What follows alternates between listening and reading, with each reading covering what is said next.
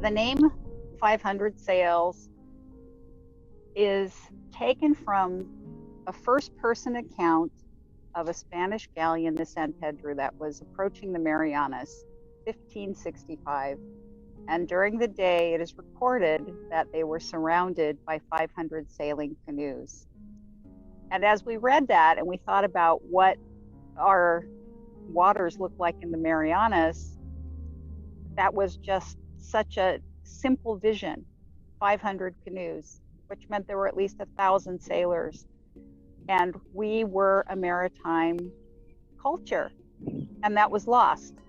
But we kept the name so that we could have the conversation about giving people the image of what it looked like.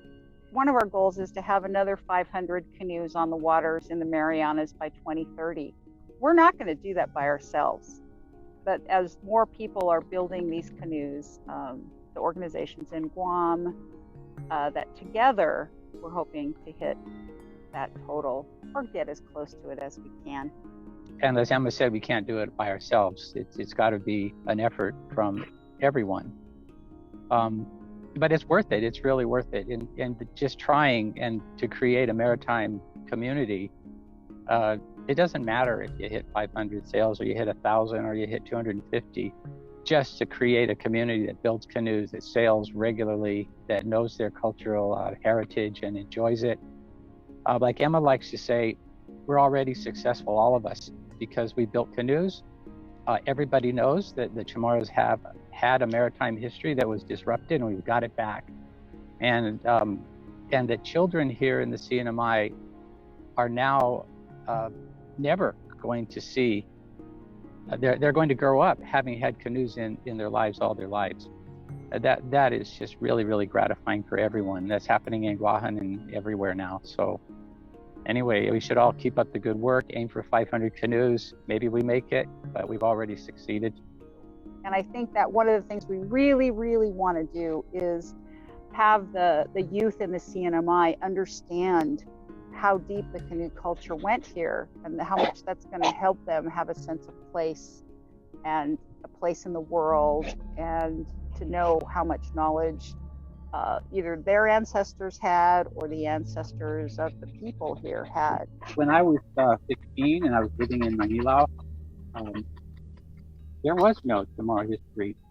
I mean, there was no known Chamorro history. My aunt and uncle and my father, all my everybody, all the adults, they just drew a blank about anything before Spanish times. It just wasn't taught.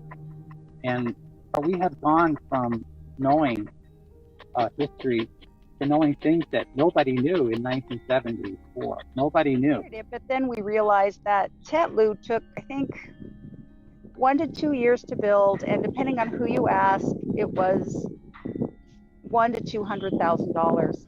And if we want 500 canoes, we can't do that. It takes too long, and there aren't that many big trees, and most of the trees are they're food trees. So we decided to build with fiberglass. So we took this drawing that you're seeing right there, and this is a drawing of a 40-foot Sacman, and you can see there's the top view. You can see that the hull is asymmetrical, which is one of the key trademarks of the Chamorro canoes. You know, the Spanish didn't like to go down to the Caroline Islands because they just stuck to their route. It was known, it was safe, they considered it risky. So even though initially they had gone down to the Carolines, they stopped. And so then the English didn't go there for quite a while. So what was happening is that the Europeans saw the Chamorro canoe. They didn't see the Marshallese canoes. They didn't see the Carolinian canoes. They saw the Chamorro canoes, and they were described as the flying proa, and their speed was literally 4 times faster than the ships of the time. But so about the Chamorro's perspective is I thought, wow, the Chamorros invented the fastest canoes in the world. Well, I think I stand corrected. The Micronesians invented the fastest canoes in the world.